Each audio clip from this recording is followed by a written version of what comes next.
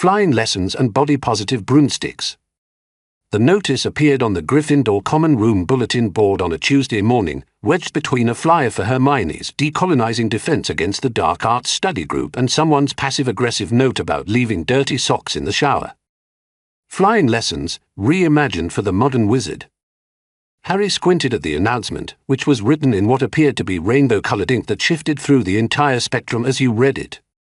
Dear students, the notice began, due to recent feedback from our Accessibility and Inclusion Committee, founded last Tuesday by Miss Granger, Madam Hooch has been working tirelessly to redesign our flying curriculum to be more inclusive of all body types, abilities, and comfort levels. No longer will flying lessons be dominated by traditional notions of what constitutes proper a flying technique. What the hell does that even mean? Ramad asked, reading over Harry's shoulder. He'd been in a particularly foul mood ever since his attempt to get halal meal options in the Great Hall had resulted in a 3-hour committee meeting that resolved nothing. It means, Hermione said, appearing behind them with an armload of books that somehow seemed to be multiplying, that Madam Hooch is finally addressing the problematic nature of traditional flying instruction. Do you realize how many students have been traumatized by the emphasis on height and speed in flying lessons? The entire curriculum is based on outdated notions of aerial supremacy. Harry blinked. Hermione, it's flying. The whole point is to go up in the air. But why should going higher be considered a better than staying closer to the ground? That's just vertical hierarchy reinforcing problematic power structures. Because, said Dean Thomas, who'd been eavesdropping from the couch, if you don't go up, you're just running around with a stick between your legs like a lunatic. That's exactly the kind of ableist thinking that's been holding back magical education. Hermione shot back. What about students who are afraid of heights? Or students whose body types don't conform to traditional broomstick ergonomics? Or students who identify as ground-dwelling rather than aerial? People don't identify as ground-dwelling, Harry said weakly. They might. You don't know. Ramad shook his head. I swear, Hermione, you could find oppression in a bowl of cereal. Actually, breakfast cereals are a perfect example of how consumer capitalism. Please don't, Harry interrupted quickly. I haven't had enough coffee for a lecture about the political implications of cornflakes. The notice continued, all first-year students are required to attend these revolutionary new flying lessons this Thursday at 3:30 p.m. Please come prepared with an open mind and a willingness to challenge your preconceived notions about aerial mobility. Revolutionary flying lessons, Neville repeated nervously. He'd been lurking near the bulletin board, probably hoping someone would tell him what this was all about so he wouldn't have to ask. That doesn't sound ominous at all. Don't worry, Neville, Harry said, patting him on the shoulder. How bad could it be? This turned out to be a question they would all regret asking. Thursday afternoon arrived with the kind of grey, drizzly weather that made everyone want to stay inside and pretend they had important homework to do. Unfortunately, Madam Hooch's flying lessons were mandatory, so at 3:25 p.m., a group of very reluctant first-years trudged out to the Quidditch pitch. What they found there defied all expectations. The first thing Harry noticed was that the traditional neat rows of broomsticks had been replaced by what appeared to be a circular arrangement of things. Some were clearly broomsticks, but others looked like they'd been modified with cushions, back supports, and what appeared to be training wheels. Sweet Allah, Ramad muttered. What has she done? Madam Hooch stood in the center of the circle, but she looked different from the stern, no-nonsense flying instructor they'd expected. Instead of her usual practical flying robes, she wore what appeared to be a rainbow-colored cape that kept shifting between different pride flag patterns. Her hair, usually pulled back in a severe bun, was now adorned with what looked like tiny broomsticks made of various materials, wood, metal, and what appeared to be recycled plastic. Welcome, welcome, she called out in a voice that was somehow both enthusiastic and slightly manic. Please, everyone, form a circle around our reimagined flying implements. The students shuffled into a reluctant circle, most of them staring at the modified broomsticks with expressions of bewilderment. Now, Madam Hooch continued, I know what you're thinking. These don't look like the broomsticks I've seen in Quidditch matches. And you're absolutely right. Traditional broomsticks are designed with a very narrow definition of what constitutes an ideal flying body. Draco Malfoy, who had been examining one of the cushioned broomsticks with obvious disgust, raised his hand. Madam Hooch, what's wrong with normal broomsticks? Ah, excellent question, Mr. Malfoy. Tell me, what makes a broomstick to normal? Draco looked confused. Well, it's a stick, and you sit on it, and it flies. But who decided that sitting is the only acceptable flying position? What about students who are more comfortable lying down? Or standing? Or who need additional support for their back, their legs, their other areas? Several students shifted uncomfortably. Harry was pretty sure no one had ever thought about the ergonomics of broomstick design before. Furthermore, Madam Hooch continued, warming to her theme, traditional flying instruction has always emphasized speed and height as markers of success. But what if a student prefers to fly slowly? What if they're more comfortable staying close to the ground? Why should their flying style be considered inferior? Because, said Pansy Parkinson slowly, if you're not going fast or high, you're not really flying. You're just hovering. And what's wrong with hovering? Madam Hooch demanded. Hovering is a perfectly valid form of aerial engagement. Just because it doesn't conform to traditional flying hierarchies doesn't make it less valuable. Hermione was frantically taking notes, nodding along with everything Madam Hooch said. This is brilliant, she whispered to Harry. She's completely deconstructing the patriarchal assumptions built into flying instruction. The what now? Harry whispered back. Think about it. Traditional flying emphasizes dominance, aggression, competition, all traditionally masculine traits. But what about cooperation? What about mindfulness? What about flying as a form of self-expression rather than conquest? Harry looked around at the modified broomsticks again. One appeared to have been fitted with what looked like a meditation cushion and a small candle holder. Another had training wheels and what appeared to be a safety harness. A third had been decorated with flowers and seemed to be designed for reclining rather than sitting. Right, Madam Hooch said, clapping her hands together. Let's begin with some mindfulness exercises.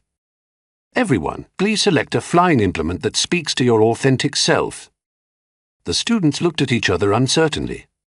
Nobody wanted to be the first to choose what was clearly the most ridiculous option, but nobody wanted to be accused of being closed-minded either. Neville, perhaps recognizing a kindred spirit in the safety-modified broomsticks, tentatively approached the one with training wheels. Is this one okay? Neville, darling. Madam Hooch exclaimed. That's our stability-enhanced aerial mobility device. It's designed for students who prioritize safety and gradual skill development over reckless speed. Right, Neville said, looking like he wasn't sure if he'd been complimented or insulted. That's definitely me. Encouraged by Neville's example, the other students began selecting their broomsticks. Harry found themselves drawn to what appeared to be a fairly normal broomstick, but when they picked it up, they realized it had been modified with some kind of cushioning charm that made it feel like sitting on a cloud. Excellent choice, Harry. Madam Hooch said. That's our gender-neutral comfort-optimized model. It adapts to any body type and provides emotional support through its built-in empathy enchantments. It has empathy enchantments. Harry asked weakly. Oh yes. It can sense when you're feeling anxious or uncertain and provides gentle reassurance through subtle vibrations. Harry was beginning to understand why traditional flying instructors stuck to basic broomsticks. Ramad had selected what appeared to be a standard broomstick, but Madam Hooch informed him that it was actually a culturally sensitive multi-faith model, which had been blessed by religious leaders from 12 different traditions and was designed to face Mecca during flight. But I don't want to face Mecca while flying, Ramad protested. I want to face where I'm going. Ah, but this allows you to maintain your spiritual connection even while engaging in recreational activities. Madam Hooch explained. Isn't that wonderful? It's bloody annoying is what it is, Ramad mattered. Hermione, naturally, had chosen the broomstick decorated with flowers and feminist symbols. This is amazing, she declared. It's like flying, but with a critique of traditional gender roles. "What does that even mean?" asked Ramad, who had shown up later and was staring at the remaining broomsticks with obvious horror. "It means," said Hermione, "that instead of flying being about dominance and conquest, it becomes about harmony and collaboration with the natural world." "Right," Ramad said. "And how exactly does that work?" "Well, instead of forcing the broomstick to go where you want, you commune with its spirit and find a mutually agreeable direction. What if its spirit wants to go into a tree? Then you explore why the tree is calling to you." Ramad looked at Harry with an expression of complete despair. "I want to go home." "Now," Madam Hooch announced. "Before we begin our flying exercises, we're going to start with some grounding techniques. Everyone, please sit comfortably with your flying implement and close your eyes." "Sit with it?" Draco asked. "Aren't we supposed to get on it?" "Mr. Malfoy, you're thinking in very binary terms. Why must there be a clear distinction between on and off to the broomstick? What if the relationship is more fluid than that? Because, Draco said, his voice rising slightly, you either sit on the broomstick or you don't. There's no middle ground. There's always a middle ground if you're willing to challenge your assumptions." Madam Hooch replied cheerfully. "Now, everyone close your eyes and visualize your ideal flying experience." The students reluctantly closed their eyes, though several kept peeking to see if anyone else was taking this seriously. "Imagine," Madam Hooch continued in what was clearly supposed to be a soothing voice, "that you're not controlling the broomstick, but rather entering into a partnership with it. Feel its energy. Respect its autonomy. Ask permission before mounting." "Ask permission," squeaked Neville. "Oh yes. Consent is crucial in all relationships, including those with our flying implements."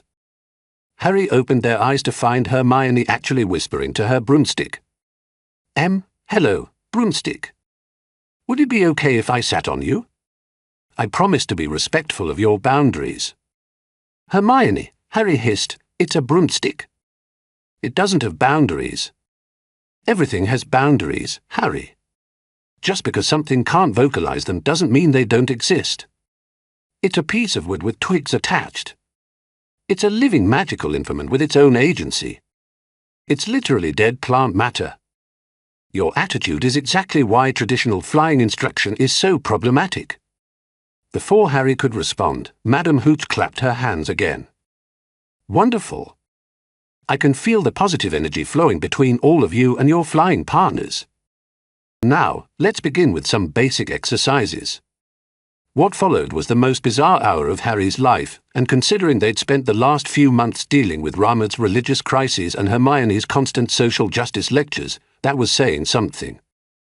Instead of the traditional hover 3 feet off the ground exercise, Madam Hooch had them practice consensual levitation, which involved asking the broomstick's permission before each movement and thinking it afterward. Remember, she called out as students awkwardly attempted to communicate with their flying implements. Flying is not about dominance. It's about partnership. If your broomstick doesn't want to go up, respect its choice. What if it never wants to go up? Asked Seamus, who had been sitting on the ground with his broomstick for 10 minutes while whispering increasingly desperate pleas.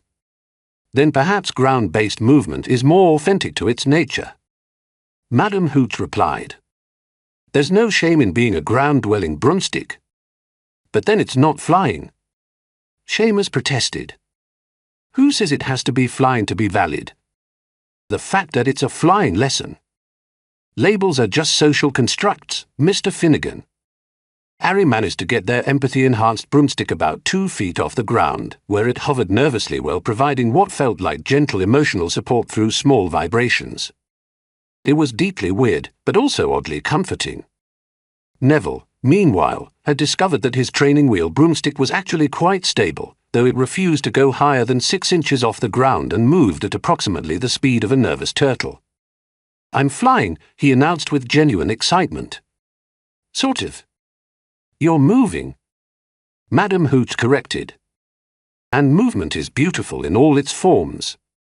The real disaster came when Draco, who had been growing increasingly frustrated with his culturally sensitive broomstick's refusal to cooperate, decided to abandon the touchy-feely approach and try to fly it the traditional way. "Sod this," he muttered, swinging his leg over the broomstick and kicking off hard from the ground. The broomstick, apparently offended by this lack of proper consent protocols, immediately bucked him off and began flying around the pitch in erratic circles, trailing rainbow sparks and what sounded like judgmental humming. "Mr. Malfoy," Madam Hooch called out in horror. "You violated your flying partner's boundaries. You need to apologize immediately." "I'm not apologizing to a broomstick," Draco shouted from where he'd landed in a patch of mud. "Your refusal to acknowledge your harmful behavior is exactly why traditional flying instruction perpetuates toxic masculinity. It's a bloody broomstick." "Language, Mr. Malfoy. We are trying to create a safe space for all participants." "Safe space?" Draco scrambled to his feet, covered in mud and dignity. It threw me off. "How is that safe?" "It was defending itself from your aggressive approach. I tried to ride it. That's what broomsticks are for. Not without proper communication and consent." Harry watched this exchange with growing fascination. Somehow, Madam Hooch had managed to turn flying lessons into a debate about broomstick rights and consent culture. The lesson continued in this vein for another 20 minutes, with various students attempting to negotiate with their flying implements while Madam Hooch provided increasingly surreal commentary about the spiritual significance of their aerial partnerships. Hermione, naturally, had achieved some kind of mystical communion with her feminist broomstick and was floating serenely about 3 feet off the ground while lecturing anyone who would listen about the revolutionary potential of collaborative flying. "Don't you see?" she called down to Harry. "This completely changes the power dynamics of aerial mobility. Instead of imposing our will on the broomstick, we are creating a space for mutual respect and shared decision-making." "Hermione," Harry called back, "you are floating in circles talking to a stick. I think you might be having a breakdown." "I'm having a breakthrough. This is what flying should be, a dialogue between equals." "You're not equals. You're a person and it's a broom." That's exactly the kind of hierarchical thinking that's holding back magical society. By the time the lesson ended, most students were thoroughly confused, mildly traumatized, and no closer to actually learning how to fly than when they'd started. The modified broomsticks were returned to their circle, several of them still humming Judgment Ally. "Wonderful work, everyone," Madam Hooch announced as students gathered their regular belongings. "I can see that many of you are beginning to understand the deeper significance of mindful flying." "What's the deeper significance?" asked Dean Thomas, who had spent most of the lesson unsuccessfully trying to convince his meditation cushion broomstick to move in any direction. "The deeper significance," Madam Hooch replied with a kind of smile that suggested she was either enlightened or completely insane, "is that flying isn't about getting from point A to point B. It's about the journey of self-discovery that happens when we abandon our preconceptions about what flying should be." "But what if we actually want to get from point A to point B?" Harry asked. "Then you're still thinking in very linear terms. What if the real destination is the friends we make along the way? What if the real destination is the actual destination?" "Harry, you're being very closed-minded about this." As the students trudged back to the castle, most of them were trying to process what they'd just experienced. "Well," said Neville cheerfully, "at least I didn't fall off my broomstick this time." "That's because your broomstick never left the ground," Rahmed pointed out. "Still counts." "Does it now?" Harry asked. "I mean, if the goal was to learn flying, and we didn't actually fly." "The goal wasn't to learn flying," Hermione corrected. "The goal was to deconstruct our assumptions about what flying means and create a more inclusive aerial experience." "But I still can't fly," said Harry. "You can levitate mindfully." "That's not the same thing." "It's better than flying. It's flying with consciousness. It's floating while confused." "Exactly. Confusion is the first step toward enlightenment." Harry was beginning to understand why traditional wizarding education had stuck with the basics for so long. There was something to be said for simple, straightforward instruction that didn't require a philosophical debate about the nature of reality. As they entered the castle, they passed a group of older students who were clearly traditional flying lesson veterans. "How was your first flying lesson?" one of them asked with a knowing smirk. "Enlightening," said Hermione firmly. "Traumatic," said everyone else in unison. "Same thing, really," the older student replied. "Just wait until you get to advanced aerial dynamics." Last year they spent 3 weeks discussing whether Quidditch was a metaphor for capitalist exploitation. Was it? Hermione asked eagerly. "Nobody knows." The professor had a nervous breakdown before they reached a conclusion. Harry looked at their friends, Hermione still glowing with revolutionary fervour, Ron muttering about how his broomstick had kept trying to face Mecha even while stationary, Neville proud of his 6-inch hover, and everyone else looking like they'd been through some kind of very polite war. "You know what?" Harry said finally. "I think I'm going to learn to fly the old-fashioned way." "What's the old-fashioned way?" Neville asked. "Get on broomstick. Go out. Try not to die." "That sounds dangerous," Hermione said disapprovingly. "It also sounds like it might actually work," Harry replied. "Working is overrated," said Hermione. "The real value is in the process of questioning why we want things to work in the first place." "Sometimes," Harry said, "I think you question too much." "And sometimes," Hermione replied, "I think you don't question enough. At least religion gives you clear rules about what you're supposed to do." Brahmad announced suddenly. "Does it now?" Hermione asked. "Or does it just give you the illusion of certainty while perpetuating systems of—" "Hermione," Harry interrupted, "please don't deconstruct Brahmad's faith. He's having a hard enough time with the broomstick situation. I'm just saying that all belief systems should be subject to critical analysis. Even yours. Especially mine." "Right," said Harry.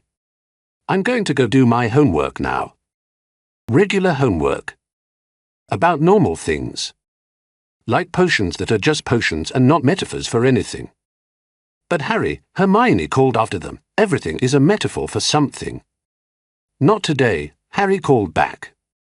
"Today, some things are just things." Though privately, as they climbed the stairs to Gryffindor Tower, Harry had to admit that the flying lesson had been educational in its own way. They'd learned that even the most basic activities could be complicated beyond recognition if you thought about them hard enough. They'd also learned that sometimes the old ways persisted because they actually worked, not because of some grand conspiracy to perpetuate oppression. But mostly, they'd learned that they really, really wanted to learn how to fly properly, even if it meant doing it the traditional, non-mindful, potentially problematic way. Because at the end of the day, sometimes you just wanted to get from point A to point B without having to negotiate with your transportation about whether the journey was ethically sound. And if that made them a bad person, well, they'd just have to live with that. After all, nobody was perfect. Not even the flying broomsticks.